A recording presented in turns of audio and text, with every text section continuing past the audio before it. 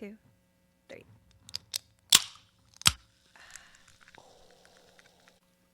So good. Been waiting. I literally been waiting for this all day. Talk to me about your lips. What do we got going on? Maddie, I have another Lawless Love Shack Fancy collab. Wow. Okay, look at you. Biggest fan. Love it. Love it, love it, love it. These were actually all gifted to me by my BF Bailey. So shout out Bailey for all the Lawless lippies. This is shade Happy Thoughts. And it is like a purple pink shift glitter. And it smells like cotton candy. It is purple so pink good. glitter. She said euphoria up in here. No, actually, that's what it looks like. I love that. But like the Love Shack Fancy Euphoria, it's like a little bit more muted. You know what I mean? Where like Euphoria would be like electric purple, electric pink. This is a soft purple, soft pink. Love. Tell me about yours, Mads. Today we've got ColourPop Luxe lip oil. Or as Jenna would say, lip oil. We've got starting with calling me out early. We got the lip oil in the shade Smirk, which is like a kind of just like a warm pink. I haven't actually used this in a really long time, but it's in the color palette. Huddle up, hotties. Welcome back to another episode of Hottie Huddle Mic'd Up. We had a crazy, crushing, cinematic weekend of all things sports. Not just football, all things, not just NFL, all things sports. It was a crazy weekend, but honestly, Jenna, have we not said that about every week of the NFL yet so far? Yeah, this season specifically has felt wild. Wild and chaotic all over the place, up and down, script changing constantly. Like you literally never know what's going to happen. All those stats being broken, both good and bad. I mean, I don't think anybody would have been able to predict these playoff teams or even how the season went for most teams. Yes. And even now how things have shook out in the playoffs. We're guessing and readjusting constantly every week, but this is why we love it. This is what makes it entertaining, especially in the playoffs, because truly chaos. Yes. Crazy. Although Maddie, anything can happen. I will see if I can find this guy and post a picture of his TikTok here. Okay. He has been perfect on every single game this playoff. His bracket's perfect. Does he know something we don't? Are you a time traveler? Is he, or does he have the script? Do you work with the NFL? Do you work with Roger? Are you I'm just saying. My mom has said this since the beginning of time. The fix is in. The NFL is rigged. It's all pre-written. Whatever. I normally do not buy into the hysteria. Okay. I don't either. I'm not an NFL scripter. But, sometimes we like to be conspiracy theorists up in here. Tinfoil hats on. Tinfoil hats on again for this episode. Stay tuned. There will be more conspiracies. But yeah, that's crazy. If you can find his TikTok, send it my way, put it up there because I got to see this because that is, time traveler actually. Maddie, let's get into our first segment. Hot or not? Sparkle, sparkle, sparkle. Hot or not? Mm-hmm. I feel like we have some pretty good ones. We do. I like this one. It's a good mix of pop culture and sports. First up, His and Hers limited series on Netflix. Hot. So insanely good. I really enjoyed this. I ate this up in one sitting. So easy to watch. I watched all 6 episodes in one day. I'm glad we both did that. I'm glad we fully binged this like it was 2 Lord of the Rings movies. Amazing call out. Amazing call out. I can't even remember the last time that I sat down and consumed something like that in one sitting like that because I just could not stop watching. It had me sat. I was so hooked this entire time. I gave it a 3 out of 5 stars. It's based off of the book His and Hers by Alice Feeney. I've also read 3 of her other books. Sometimes I Lie, Rock, Paper, Scissors, and Daisy Darker. All 3 so good. I will have to read those because I have not read any Alice Feeney books, and I don't know why. I love thriller and mystery, especially like murder mystery, things like that. Them. Okay. You will love them so much. All three of those. Daisy Darker was really good. Actually, I love all of them. I just recently, that was the one that I read most recently was Daisy Darker. So it's the one that I can recall the most. But Rock, Paper, Scissors kind of had me on the edge of my seat too. They were just really good. So I didn't read the His and Hers book. I only saw the show, and I wanted to keep it that way because I feel like sometimes film adaptations. I probably won't go and read it. Yeah, I probably won't go and read His and Hers now that I've watched the limited series. Yes. But I do have to read some of her other books now because I love mystery and thriller so much. And that series, if y'all have not seen His and Hers on Netflix, it's only 6 episodes. You could easily watch that in a day. You will be hooked. Yes. I would say it's a moody crime thriller, whodunit, unreliable narrator. There's estranged spouses. One's a news reporter and one's a detective, and they're trying to solve a series of murders in a small town. And it is just, it is good. The multiple, like the plot twist where you thought, like, okay, like we gotcha, then to the final plot twist was did you guess it? Did you guess it? I feel like yes and no. I feel like kind of halfway. Same. You and I discussed this privately. Yeah. I feel like, because no spoilers. So I feel like half yes, half no. Because there are so many elements to you're like, oh, I kind of did. There's so many elements and moving pieces to this. You guys have to watch it. Yeah.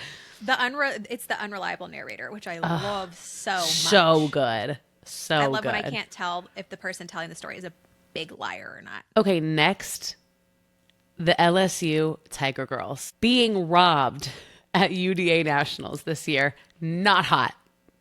Not hot. I just want to preface, disclaimer, this is my opinion based on vibes, okay? I am not a dancer. I'm not based on science, okay? I'm not a dancer. I am not a judge. I am not a coach. I'm not a choreographer. I consume entertainment. I appreciate dance and music and that type of art form, but I'm not a dancer. I'm not a judge. So this is based on my vibes and my opinion. I feel like they were robbed. I'm sorry. So UDA Nationals happened over the weekend, the college cheer and dance championship, which is, I'll always argue this. Dance and cheer is 1,000% a sport. Anyone who says it's not. Oh yeah, 100%. What are you even doing? Yeah. I feel like LSU's jazz routine was so good, so entertaining. I do feel like UDA needs to fix this just like a tiny bit, that their jazz category is just an umbrella category and they just kind of call it jazz. The team, Ohio State, is the defending champions in jazz. And while their dance was great, beautiful, amazing, I felt like, and you'll have to correct me if I'm wrong on this, Jenna, from a technical dance standpoint, I felt like their dance was more ballet meets contemporary than it was jazz. Yes. I only watched 3 of them. I watched Minnesota, LSU, and OSU. I did not like OSU. I didn't like it. I didn't like the routine. It was weird to me. It wasn't very jazz. Minnesota was actually probably my favorite one. It was tied with LSU. I thought LSU's was great. They did it to Britney Spears. Oops, I did it again. The only thing that I wish they would have done different is the costume. They really had an opportunity to do red. And yes, but really like the costume. It's culturally correct because they were copying one of Britney's live performance outfits where she performed Oops, I Did It Again in a live performance. I wouldn't have even known that, and I feel like most people think of her in red in Oops, I Did It Again. The judging last year was that the judges wanted more jazz in the jazz category, and LSU said, okay, here you go. We're going to give you more jazz elements. We're going to give you more jazz. And they still went with a routine that was more lyrical and weird and contemporary ballet, but whatever. Yeah, y'all need to make the requirements for what is and is not jazz a bit more clear. Hip hop really pissed me off. Because I do not think, did you watch who won first place in hip hop? I did, and this will be the most controversial, as I 100% agree. I feel like if LSU didn't get first in hip hop, Cincinnati should have gotten first in hip hop. Okay, I did not watch Cincinnati. Okay. Who got first? University of Las Vegas. Oh, yeah, LV. Okay. The problem that I had with LSU's was compared to Las Vegas, the choreography was not as hard. And I think of hip hop as dancing on a beat as opposed to a lyric. And LSU danced to lyrics as opposed to beats. And Las Vegas danced on beat and had actual hip hop elements like ISOs and things like that. So they had it was hip hop. So the same thing that people were complaining about with jazz, where it's like, was that really jazz? Which is such a valid point to make from a technical standpoint. And if that's the case, then the judging in all the categories needs to be that technical and consistent. Yeah, correct.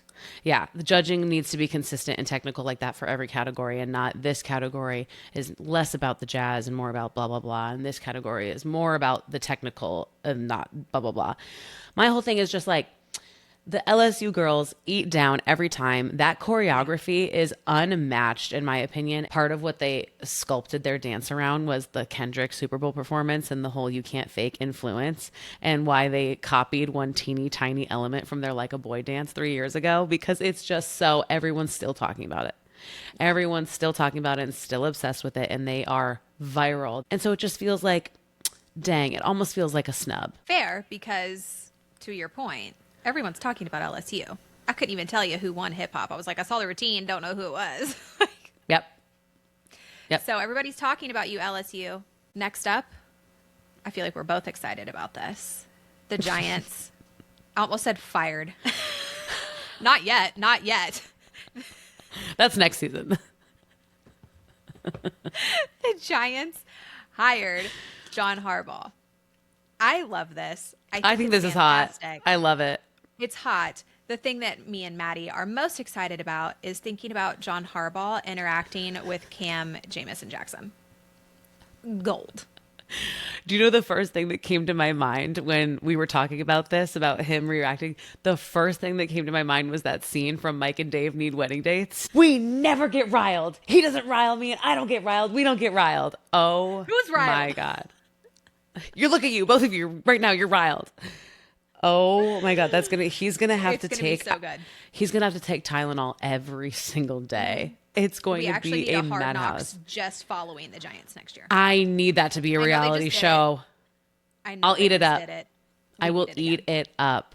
Mm-hmm. Oh, I'm obsessed with that. It's just all of those personalities together, and him dealing with those personalities is going to be insane. And I need Jameis mic'd up in every meeting. I need Jameis mic'd up, period. Every 24/7. Game, every meeting, every practice, even if he doesn't play, I need him mic'd up. Jameis, we love you. I'm obsessed. He is just a gem. Yeah, he is. Of a human, and he's so entertaining. I couldn't love it anymore. I'm obsessed with him. I'm absolutely obsessed with him. National treasure. We love you, Jameis. Yes, we do. I can't wait to see how that plays out. All right, next up, Kiefer Sutherland's arrest over assaulting an Uber driver. Not hot. Not guessing where this goes. Everybody should know that belongs on Not Hot. Kiefer Sutherland was arrested in Hollywood on January 12th. I know, I'm literally doing like a newsreader. Okay, hold on. TMZ. Live from Hottie Huddle Mic'd Up. I'm obsessed. Kiefer Sutherland was arrested in Hollywood on January 12th, so it was just a few days ago, following an alleged physical altercation with a rideshare driver. Just after midnight near Sunset Boulevard, Sutherland allegedly entered an Uber and became involved in a confrontation with the driver. According to law enforcement sources, the driver alleged that Sutherland punched him multiple times and attempted to choke him while he was driving, yelling at him to pull the car over. Sources close to the actor claim the dispute began when the driver repeatedly refused to let Sutherland out of the vehicle. The driver, however, told police he had to flee the vehicle while calling 911 to escape Kiefer. Sutherland allegedly made death threats, reportedly telling the driver, "Pull over or I'll kill you." He was arrested on suspicion of felony criminal threats and released on a $50,000 bond. This is not the first time, okay? Kiefer what do you mean it's not the first time? He has a well-documented history of legal issues, including 4 prior DUI convictions.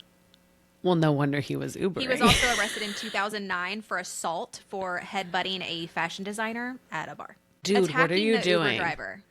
What are you doing at your big age? What do you think? I want to know what he was so adamant about getting out of the car. What happened? Did he just Do you think he was under the influence? Alleged. All of this is alleged. We ain't even trying to get. Listen, if he has a history of DUI and he was Ubering, yeah, he probably was under the influence. Okay, like someone needed a DD. You know what? He just needed to get out to go get Taco Bell. Which, Kiefer? I think that's it. If that was it, I get it. I feel you on a spiritual level. That is actually so wild. Did he have some weird, crazy, like, did he just think the Uber driver was going to like take him home and skin him and keep him in his basement? Like, I don't understand. I don't know. Or because you're such an A-list relevant celebrity. Correct. I don't know if maybe he just had like a break, like I need to get out of here, like a drunk fit. Yeah, it sounds like it. I need to get out of here right now. Immediately, right this second. Next up, we have a little piece of news out of Bravo headquarters for all of my Bravo lovers. I'll have to educate you a little bit about this, Jenna. Yeah. Kyle Cook and Amanda Batula from Summer House have officially split up. And yes, this is hot. Yes, this is hot. And you're going to tell me why. I know what you're thinking, Jenna. Why are two people getting a divorce so hot? Well, because it's been a long time coming and because he's a loser. If anyone in the Bravo sphere knows that this is a good thing. Okay. Red flags galore just amongst their whole relationship. Their whole relationship timeline is crazy. This is news that when it came out, no one was sad. Everyone was relieved. Everyone was happy for her. Everyone was happy for her because Kyle is a loser. Thank you so much. And they posted a joint statement, as they all do, saying, you know, we're amicably splitting. Sure. Whatever. That's what they say. You're so media trained, girl, whatever. They're splitting amicably. It's a mutual decision. It feels silly to ask for privacy during this time because our entire relationship has been so public. Correct. Pocket. Love the self-awareness. But, we're just trying to navigate through this and heal. And honestly, this relationship has been a slow motion car crash for years that you cannot look away from. So what's the deal with him? Quick relationship timeline lore. This relationship has been on camera forever, since they were very young babies, first starting to date. We've seen multiple cheating allegations on the show. We also saw an on-screen confession of his cheating on the show. Amanda still stayed with him and stuck by him. Countless blow-ups, arguments. Kyle is the type of guy who wants to go stay out late constantly. Stay out late, Maddie, go out with people, get home at 5 a.m. If you will argue and yell at someone on camera, imagine what happens off camra. No, actually. That's why it was so alarming to everyone for a while. And he's the type that wants to go out and party every night, all night until 5 a.m. while his girlfriend's at home sleeping, and he comes home blackout. At this point, so this show has been, for years and years and years, I think like 10 years almost, that this show has been airing on Bravo. So we first met Amanda and Kyle and started to get to know their relationship when they were in their late 20s, early 30s. I'm pretty sure. I think 30s. Wow. Mans is 43 now, today. Mans is 43. And still partying like that? Just a few years ago on Summer House, he was going out still and partying and staying out all night with the boys and getting blackout. Grow up. Literally, that's so not attractive at all. No, grow up. Ew. And just in the way that he would do it and the way that he and Amanda would have these big blow-ups, she has said countless times, nothing works to de-escalate him. Like, she's tried. Nothing has worked. It's always been about him and his businesses and whether everyone around him was supporting his businesses and dropping everything to support him. She was also trying to make things happen for herself. It was still all about him. When he wanted to be a DJ, it was all about him. When he made his spritz company, his whatever, what are they called? Seltzers, his seltzer company. It was all about him and what he wanted to do. And basically Amanda was then working for him and all that stuff.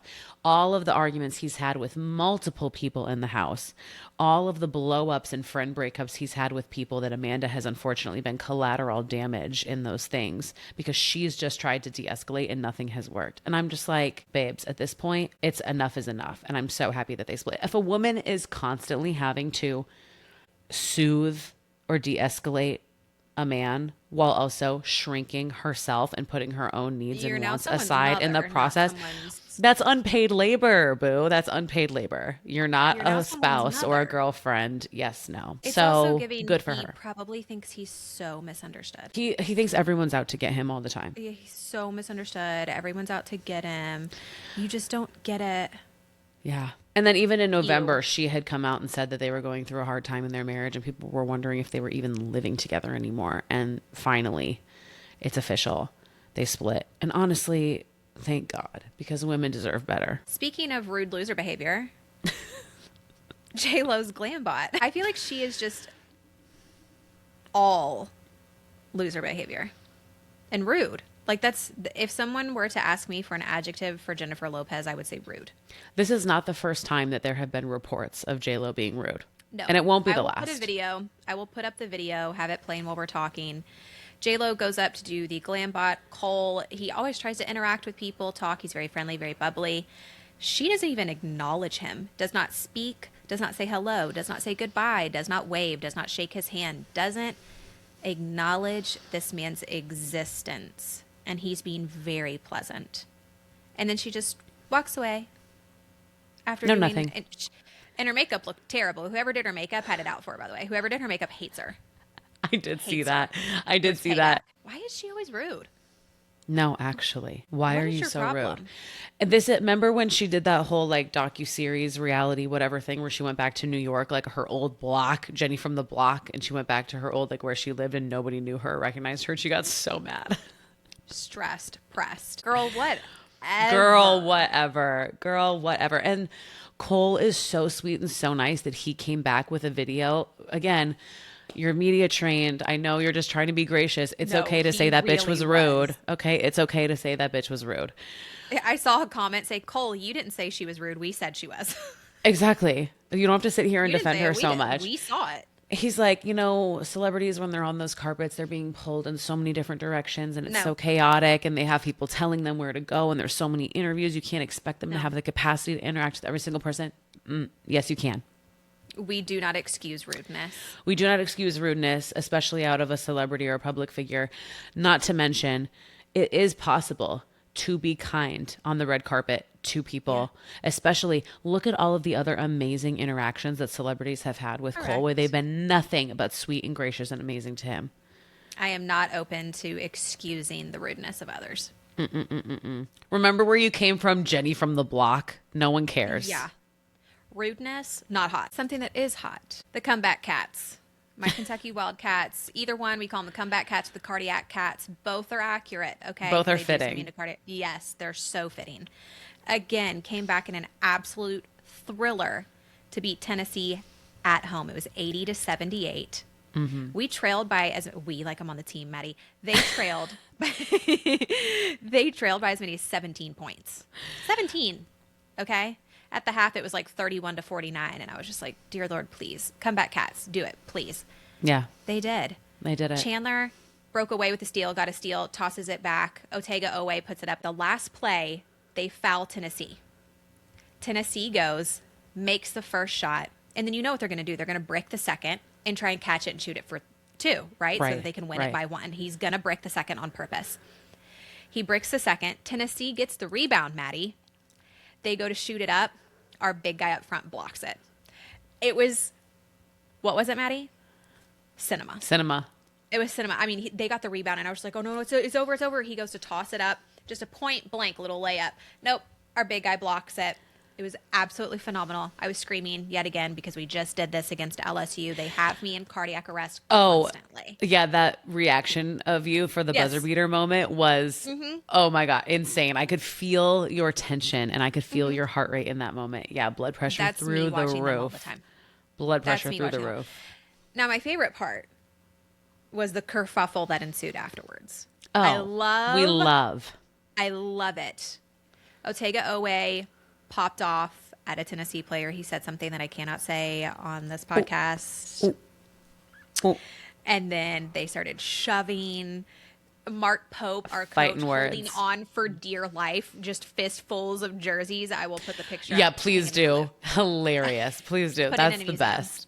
Hang it in the Louvre immediately. Mm-hmm. I love a good kerfuffle. Love it. We love.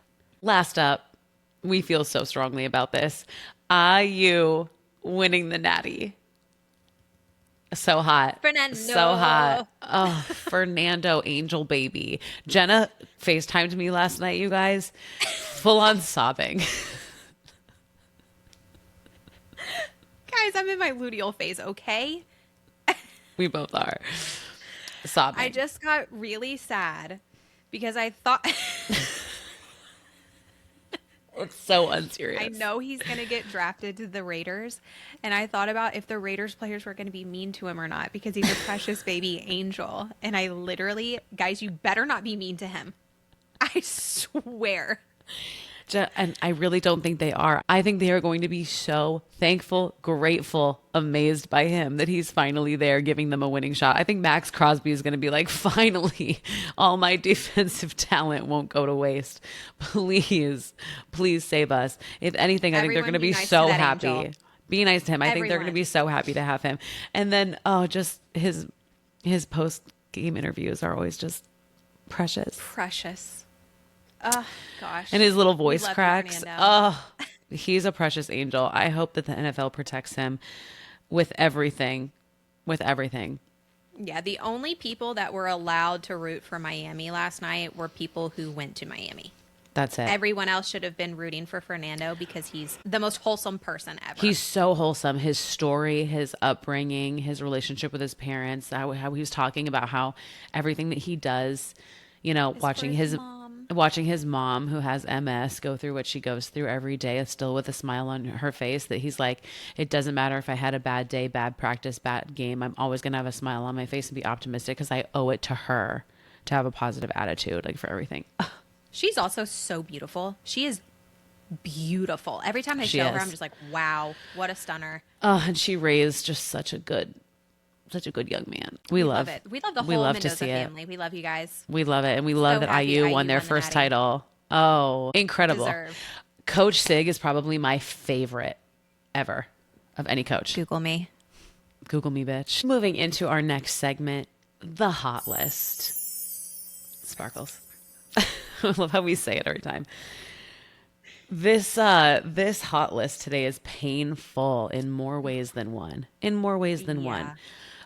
Before we start at the bottom with a super ice cold, unfortunately, I think our hottie of the week curse might be back. Yeah, I know. Poor Joshy. We're so sorry. We're so sorry. We thought we broke the curse. Unfortunately, it's back and you were on the receiving end. And for that, we're so sorry. Yeah. Breaks our hearts for you. Really does. You know what else breaks our hearts? The 49ers being absolute ass. Like, what happened? Ice cold all the way down at the bottom. Dumb. You're like, I don't care. I'm riding. I had the outfit on. Why would y'all lose when I had the outfit on? That's how I felt after the Packers-Bears game. The outfit on. I posted on the internet that you guys were going to win. It was a blowout. It was bad. And that's why ice cold this week on the hot list is the entire 49ers offense. That's it. That's the tweet. The entire 49ers offense. Not only Brock Purdy, right? 15 completions out of 27 attempts, 55.6% completion percentage, 0 touchdowns, 1 interception, 140 yards total. So Brock Purdy, those are just his stats alone. Oh, yeah. Keep it going, Mads. CMC, 11 carries for 35 yards. Kyle Juszczyk, 1 carry for -3 yards. Bruh, what are you doing? What is that? Juwan Jennings, 2 receptions out of 5 targets, 23 yards. Ricky Pearsall, 0 receptions out of 2 targets, 0 yards. Tongas was the only one who was actually producing, and he went out with a foot injury in the 3rd quarter. Their offense could do nothing. Nothing. They really could not get it. They couldn't get the run game. They couldn't establish the run. They couldn't throw or catch anything. They could not get anything. They couldn't get close. They couldn't get close enough.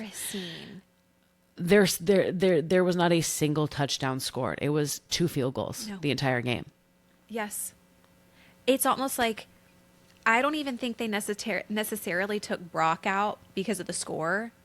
I think they took Brock out for both reasons, the score and he was performing so poorly. Yeah. And this is coming from a girly who loves Brock Purdy. We love Brock. Purdy stan. They were like... It's not his game. They were like, Mac, go get some reps in, buddy. Go get some reps in. I know you played most of the season, but go on. Go have your fun. Literally. Have some fun. Insane. 49ers, you made us look dumb. Do better. You're ice cold. Now, we're not going to shit on you too much because, Jenna, take us into lukewarm, which is in itself giving way more credit than is owed. Oh, yeah. Lukewarm. Tepid. Okay? Like, this is barely a step Room up. temperature. Room temperature. Barely. DJ Stroud. 20 of 47 attempts. 42.6% completion. 212 yards, 1 touchdown, 4 interceptions. There it is. Oof. It's so bad. Back-to-back horrific games. With a defense that was Super Bowl quality. What do we say, Jenna? You cannot ask your... Oh, wait. That's the wrong quote. Girl, what do we say?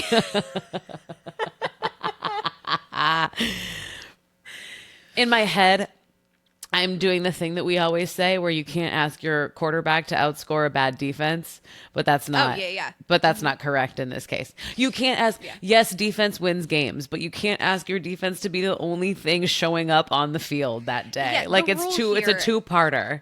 Yes, the rule here for like perfect football in my mind is an offense that doesn't turn the ball over and a phenomenal defense. That's it. Simple recipe, folks. An offense that doesn't. It's a simple recipe. That was a historic Texans defense. I'm so sad I won't be seeing any more of them. Yeah, I don't think that we are going to get this repeat of this defense next season. I don't. No, well, you never do. No. There's things move, things change, whether it's players, coaches, whatever. And that's why it's so rough because you had what seemed like the perfect combination here. Yes. Of talent, but also that scheming. Like you had an incredible DC to formulate this together. And I'm sorry that CJ couldn't do his part. Can you please post the clip that you sent me of CJ saying that he's a top 5 QB? I know what I'm doing, dog. Mahomes, Lamar, myself, Dak. Joey B. No, he didn't really play last year. And then Hurts. Dak, that boy. Y'all not gonna say that because he ain't won the big one. You said Matthew Stafford? Yeah, Matthew, but he was top 5 last year. Cowboys thing. Bro, you gonna put Dak Prescott in there over Joe Burrow? Sir, I know you're lying right now. Be so for real. Girl, whatever. Did he not also put Dak and Jalen? Not credible. You've lost all credibility. Are you okay? Top 5 in terms of what? Turnovers? Because then it's Tua, you, Dak, and Jalen. Top 4 right there. Got it. So got it. So that's what you were talking about. You were talking top 5 in turnovers. That's what he was talking about, Maddie. Yes. Yeah, that's what he was talking about. Yes. That's what it was. So actually, you are correct. Yeah, you're correct, CJ. Bro, it's so good to be delusional. What's that like? What's it like to live in that head? I wish I had that confidence. It's got to be real fun. Oh man, yeah, CJ, you really. Tell us who was cooking, Maddie. Tell us who was cooking. Oh, in a beautiful game, in a beautiful snowstorm. Our guy, Kyron Williams from the Rams. You were cooking this week, bud. Yeah, I was. I'm just so impressed that they played so well in that weather, first of all. Uh-huh. So impressed. I thought it was supposed to be such a problem, Maddie. Oh, I know. I thought it was supposed to be like, oh, this is bear weather. Oh, LA can't handle this. The Rams are going to love it here. Girl, Yeah. whatever. Girl, whatever. Sorry, what was that? Sorry, what was that? Oh, you and you lost. Oh, sad. Kyron, you had 21 carries for 87 yards and 2 touchdowns. Solid performance. Clocked in. Didn't do anything super fancy. Didn't make mistakes. Boom. He was solid. Exactly what You he needed to be. just show up and did what you needed to do. We love you for it. You were cooking. In the same game, who was smoking hot, Jenna?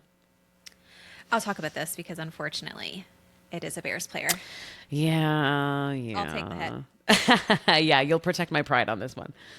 I do believe this is our first solo defensive player. We've I think it talked about might be. the defense in general. We've had, I think last week the Texans defense was smoking hot, but this is our first solo defensive player. Jaquan Brisker, my guy. First of all, want you in Bengal stripes next season. Yeah. I'm serious. I was just like, wow, blown away. Incredible performance, smoking hot. 14 total tackles, 1 sack, 1 tackle for loss, 2 passes defended, and 1 QB hit. Brisker single-handedly forced the Rams off the field during a 3-play sequence. In the second quarter, he sacked Stafford for a loss on first down. Then he tackled Kyron after a 6-yard gain, and then on third down, broke up a pass that was intended for Puka Nacua. He sure did. Single-handedly took him off the field. I was like, dude. He sure did. He did all those things. Showed out. Yeah, can't even. I have nothing to One say. player Back to that. responsible for taking the entire 100% team off the field? smoking hot. Yeah. Absolutely showed up. Absolutely showed up and showed out. What more would you want from a defensive player? Played like it was a playoff game because it was. This is what we Correct. didn't see out of so many other teams. Playing like it Yes. was a playoff game. He said, this is a playoff game. This is for everything. This is for so much. I'm a clock in. And he did. And he did. I can't even. He worked overtime. I can't even fault him for it. I can't. I got to give him credit. Yeah, It was a phenomenal play. they did good. I mean, literally, Bears almost won. That So was like, scary. yeah, I can't take Flashback. it away from Jump him. scare. Can't take it away from him. Except for Caleb being super inconsistent on every drive. Like before every play, he's like, "Do I want to be Tom or do I want to be Tua? I'll decide in the moment." Maddie, I'll can I decide be in the a hater moment. For a second? Can I be a Caleb Williams hater for a second? You can always be a Caleb Williams hater Is to this me, Jenna. Is this a safe space? This for is me a to be safe space for Williams hater? Caleb Williams hate. Let's go. I cannot stand that there were so many analysts talking about how Caleb Williams and only 2 other quarterbacks could ever toss up that touchdown pass. Was it to Loveland? Is that who caught it? Was it Loveland? The last second, he took all that pressure, backed up like 15 yards, and he just chucks it, and it's what tied the game. Yeah, either Loveland or Komet. It Might have been Cole Kmet, It was one of the yeah. tight ends. One of the tight ends, and he was wide open in the end zone. Guys, Caleb was lucky. He just tossed it up. That wasn't like a super targeted right in the numbers. He like didn't even in look. the He like double did a coverage backflip throw. practically. He like practically did a backflip and then like did this. I mean, he didn't thread the needle right into double coverage, hit him straight in the numbers. He tossed it up because he knew about where his guy was going to be. And then Komet did the rest. Here's the thing. If y'all are going to say about Caleb, about that throw, about, oh, no other quarterback could have done that. Only 2 Patrick other. Mahomes. And Tom Brady could have done a throw like that and blah, blah, blah, and all this stuff.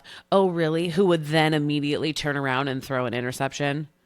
Granted, that's on DJ Moore for not completing that route, okay? And basically giving up he halfway was through. really lazy And basically that giving game. up halfway through. I almost had DJ Moore as lukewarm. But not even just on that final interception. On the other interceptions. Yeah, sure. Yeah, it's real. That's looking real Tom and Patrick coded right there. Go get another Manny. Yeah, you're late for your appointment, Caleb. We hate him. So over him. I don't know why I don't like him so much, Maddie. I really don't. It actually needs to be studied. I need to do some personal digging. I need to do some introspection on why I don't like him. I honestly think it started with the I can make any throw and the little fucking smirk. All right, you know what time it is. Hottie of the week time. Who are we crowning this week? Divisional Hottie of the week. Hopefully this doesn't curse you for your next game because it is none other. No, actually. Yeah, Jenna said, yes, please. I'm out for blood. My guy K9, Kenneth Walker III, Seattle. You did it.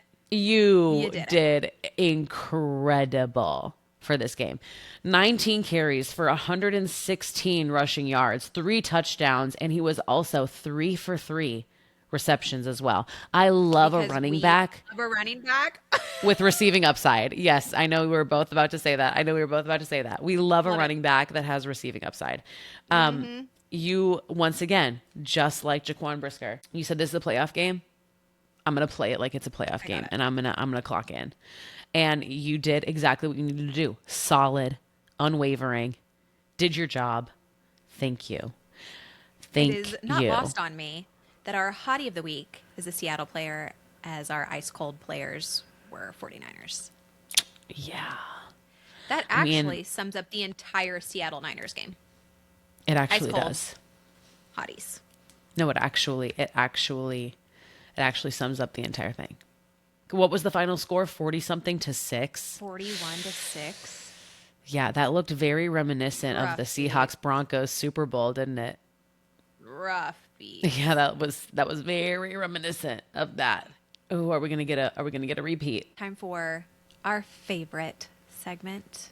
It is predictions time. Okay, last week, Maddie outscored me 75%. You got 3 of 4. The first time that's happened. Oh, shush. 3 of 4. You got 3 of 4 games. No, that is the first time that's happened. Yeah, I got 3 out of 4. You got 2 out of 4. It was the Niners that betrayed you. It was the Niners. Yeah. Yeah. Yeah, it was rough. Okay. First game. We are now in the conference championships. That is so crazy to say. I can't believe that it's here. I can't believe that time is flying. We only have football on Sunday this week. That is Tamara was right. Tamara was right about the buttons Time because we're on the 20th button so far. Yeah. It's a lot of buttons, Maddie. Okay. Our first game, AFC Championship, Patriots at Broncos. The spread on this is Patriots by 5.5. Ooh, yeah, it is. Which most of that, if we're being honest here, has to do with the fact that Bo Nix went out with a fractured ankle. That's what I think makes this decision so much easier for me because I already thought that the Broncos were frauds before. But now that Bo Nix is out, it's Drake May I feel like it's the Drake May show now. I feel like it's Drake May all the way. And if I'm not mistaken, Maddie, this is the fraud show. The Patriots and the Broncos had the 32nd and 31st easiest schedule. They had strength of schedule. That's true. We did just look at that. Can you put that image up? You know I will, girl. Next, NFC Championship, Rams at Seahawks. That one's at 6:30 p.m. And the Seahawks are favored by 2.5. And that's even with home field advantage. I'm telling you, Rams, baby. I'm going Rams Seahawks. Are going to the Super Bowl. I'm going Seahawks again. Go for it. We going to duke it out. It's going to be what, Jenna? Such a good game. Absolute cinema. Yeah, this is going to be fantastic. This is going to be fantastic. This feels to me like the Super Bowl because both of these teams are absolute juggernauts. I really don't care about the Patriots and Broncos. After looking at strength of schedule, I really don't. Rams and Seahawks, the Rams had one of the hardest schedules in the NFL. Both of these teams. Oh, yeah, incredible. Like you said, it's a Super Bowl game. This is the Super Bowl because no matter who ends up winning this game and no matter who ends up winning out of Denver and New England, it's not going to matter because whatever one of those teams goes to the Super Bowl, you are getting smashed, demolished by either LA or Seattle. That's it. Yeah, NFC is absolutely going to win this. So it kind of doesn't even matter who wins for the AFC, but the Rams Seahawks game, like this, I'm going to treat that like a Super Bowl. Absolutely. This is the game I'm most excited about. I'm more excited about this game than I am the Super Bowl. Yeah, I know what's gonna happen and I know who's going. It's going to be 41-6. It's going to be 41-6 in the Super Bowl. I'm sorry. Like, it's not even going to be fun to watch at that point. This game is going to be a bloodbath, and it's going to be so exciting to watch. I agree. Or it's going to be a defensive game and super boring. We shall see. We shall see. We'll be reporting back. Don't worry. Reporting live. Boots on the ground journalism. Moving into our final segment of the episode today, you guys. One of the best snap judgments, where we're going to give our impulsive, maybe incorrect vibes, hot takes, opinions that we may end up walking back later. But you know what? We're standing by them for now. We're standing on business 10 toes down. We're standing 10 toes down on business for now. What's our first one, Jenna? My snap judgment for this week is that the Bills made the wrong firing call. For sure. It was a bad decision to fire Sean. I have some stats here. Ended a 17-year playoff drought. 9 years as the head coach. 8 years in the playoffs. 5 AFC East titles. NFL Coach of the Year 2024. 6 straight seasons of 11-plus wins, and became one of 5 coaches in NFL history to ever do it. Who is supposed to take his place? Literally, what other better option do you have out there? I genuinely cannot understand why you would fire Sean McDermott. And from what I've been seeing about Bills fans, they wanted their general manager to be fired, not Sean. They say that this is a roster issue, not a coaching issue, and the general manager should have been fired. Correct. It's very clearly not a coaching issue. No, not at all. This is an execution issue for sure. Yeah, snap technical judgment. Issue. Yeah. Bills, who were you supposed to get? That's better. That's what I want to know. I mean, I would have taken him. I'll take Sean in Green Bay. Can I have him, please? Like, that's insane. I actually think John Harbaugh is sick taking the Giants, knowing the Bills opened up yesterday. Yeah, he's like, oh man, dang it! If I would have just held out a little, is this contract set in stone? Yeah, if they just would have held out, that's honestly insane to me. Like, I was shocked seeing that notification, and yet, say it with me, Jenna, who still has a job? Zach Taylor. Make it make sense. It don't add up. It don't add up. Our next snap judgment is another conspiracy. Everyone, tinfoil hats back on for this snap judgment, please. The Pope is involved again. I'm now switching conspiracies. What is going on? What is going on with the Pope? I'm now switching conspiracies. So before I thought that the Pope was involved with Chicago, I still think he was. Okay. But there has been an even bigger Pope conspiracy that has now come to the surface that I feel like is worth exploring. This conspiracy comes from a theory of timeline issues, a theory of election issues, that every time a new pope has been elected in the 21st century, the Seahawks have ended up in the Super Bowl that following February. And this is not just, someone's saying this. 2005, when Pope Benedict was elected, the Seahawks finished with a 13-3 record, secured the number 1 seed in the NFC, and reached Super Bowl, losing to the Steelers. In 2013, when Pope Francis was elected, the Seahawks again achieved a 13-3 record, secured the number 1 seed, and won that Super Bowl, defeating the Broncos 43-8. And what just happened in 2025? We got Pope Leo out of Chicago. Following the election of Pope Leo, the Seahawks once again secured a 13-win season and the NFC's number 1 seed, fueling speculation that they are destined for the Super Bowl again this year because of divine intervention. Is that not insane? Listen to me, Pope. Leave my Rams alone. Leave them alone. Is that not the most insane thing that you've ever heard, showing with those stats that they are a 13-3 record all of those too times specific. and number one seed in the NFC all those times, and they went to the Super Bowl. That is a bigger Pope conspiracy than the Chicago one, and one that I actually wholeheartedly could believe. It's too specific.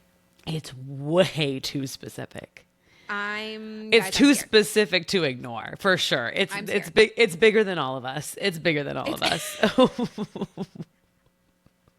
You don't know who you're messing with, Maddie. You don't know who you're messing with.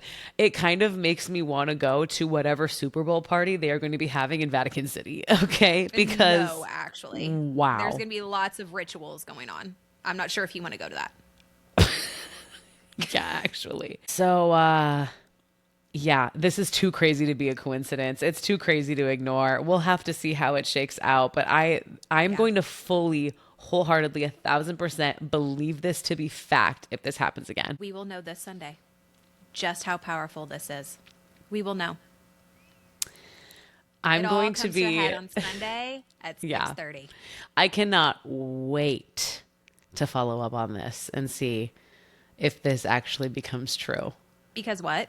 Boots on the ground journalism. Boots on the ground journalism, which, speaking of boots on the ground journalism, we do have a tiny follow-up from our conspiracy last week about the 49ers practice facility. So the first note, we did some digging. Okay, we did some digging on this.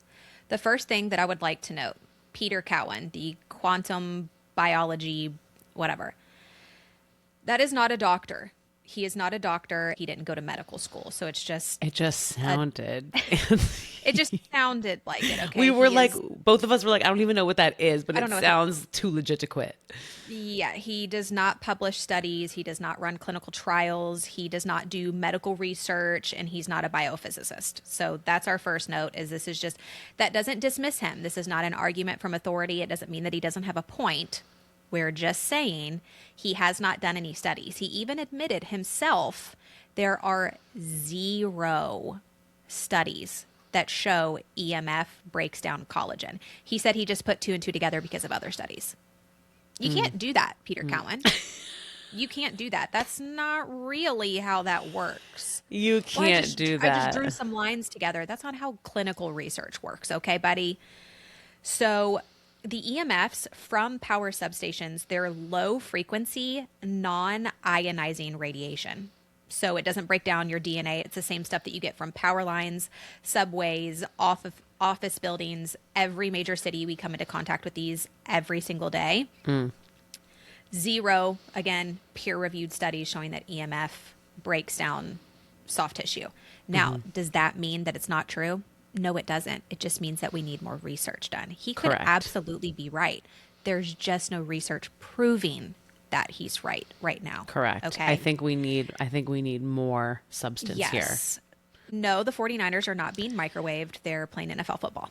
Yeah. So, like we said, Peter Cowan, it could be a thing. Hit us with more research if you're really convinced, dude. We need to see the studies. If you're really convinced, do more research. Get back to us. Like, now's your time. Let's see it. Yeah, show your work. I'm open to your idea. Show your work. Everything. Listen, I'm open to your idea. We just need you to show the work. Okay, hotties, that wraps up another episode. Thank you for being with us. We cannot wait to see what this conference championship round of the NFL brings this weekend. Boots on the ground journalism for next week. Yes. If you have anything to share with us, a hot or not, hot list, snap judgment, a follow-up on any of our conspiracy theories, okay? Slide in the DMs at Hottie Huddle. And we can't wait to talk to you guys next week. Huddle up on 3 hotties. 1, 2, 3. Hottie. Hottie.